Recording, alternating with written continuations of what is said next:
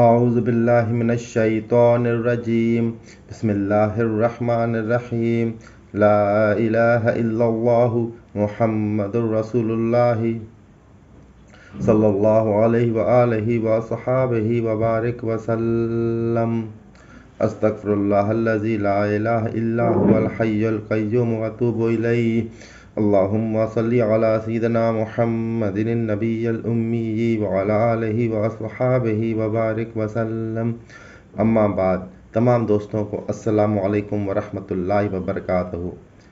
حضرت غوث اعظم دستگیر شیخ عبدالقادر جیلانی کی مجالس میں سے تیسری مجلس آپ کے سامنے پیش خدمت ہے۔ حضرت غوث اعظم پیرانپی دستگیر شیخ عبدالقادر جیلانی فرماتے ہیں: اے فقیر، تو مالدار بننے کی آرزو نہ کر، ہو سکتا ہے کہ مال کی کثرت تیری تباہی کا باعث ہو۔ اے بیمار، تو تندرست و صحت مند ہونے کی خواہش نہ کر، شاید کہ تیری تندرستی تیری ہلاکت کا سبب بن جائے۔ دانائی اختیار کر کے اپنی محنت کے نتیجے کو محفوظ کر، اس حکمت عملی سے تیرا انجام قابل قدر ہوگا۔ جو نعمت حاصل ہے اس پر قناعت کر، اس سے زیادہ کی طلب نہ کر، مالک کی رضا پر راضی رہ۔ تمہارے مانگنے پر اللہ سے جو ملے گا یہ تجربے کی اور آزمائی ہوئی بات ہے کہ اس میں راحت اور آسائش نہ ہوگی۔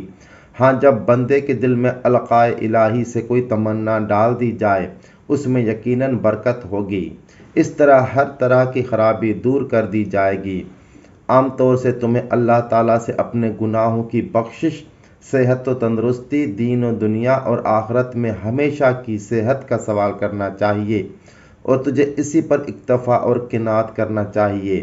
اللہ تعالیٰ سے کسی خاص چیز کی پسند کا اظہار کر کے اپنی خود مختاری نہ جتا اور نہ اپنے جبر کا اظہار کر، ورنہ بھاری شدید نقصان اٹھائے گا۔ اپنی جوانی اور طاقت اور مال سے ذات الہی اور اس کی مخلوق پر اترا مت، کیونکہ اس کی پکڑ بڑی سخت ہے اور دوسروں کی طرح تمہیں بھی اپنی گرفت میں لے لے گا۔ اس کی گرفت بڑی مصیبت میں ڈالنے والی ہے۔ دو رنگی چھوڑ دے، یک رنگ ہو جا۔ افسوس تجھ پر کہ تم صرف زبان سے مسلمان ہو، دل سے مسلمان نہیں۔ یعنی مسلمان ہونے کا زبانی اقرار کیا ہے، دل سے اس کی تصدیق نہیں کی۔ باتیں مسلمانوں والی ہیں، کام مسلمانوں والے نہیں۔ محفلوں میں، مجلسوں میں تو مسلمان دکھائی دیتا ہے، لیکن اکیلے میں اس کے برعکس ہے۔ کیا تجھے معلوم نہیں کہ جب تو نماز پڑھے گا اور روزہ رکھے گا اور نیکی کے اور کام کرے گا، اگر یہ سب کچھ خالص اللہ کے لیے نہیں تو تم پکے منافق ہو اور اللہ کی رحمت سے بہت دور ہو۔ اب بھی وقت ہے کہ تو بارگاہ الہی میں اپنے تمام عملوں، باتوں اور گندے مقاصد سے توبہ کر لے۔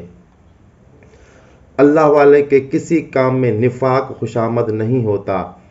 وہ اعلیٰ مقام و مرتبہ پانے والے ہیں، وہ یقین والے ہیں، اللہ کو ایک ماننے والے ہیں، اخلاص والے ہیں اور اللہ کی طرف سے آنے والی آزمائشوں اور مصیبتوں پر صبر کرتے ہیں، اس کی عطا کردہ نعمتوں اور احسانوں پر شکر ادا کرتے ہیں، اپنی زبانوں سے اللہ کا ذکر کرتے ہیں، پھر دلوں سے اور پھر خاص الخالص باطن سے اللہ کا ذکر کرتے ہیں، لوگوں سے دکھ اور تکلیفیں اٹھا کر اللہ کے سامنے ہنستے مسکراتے ہیں۔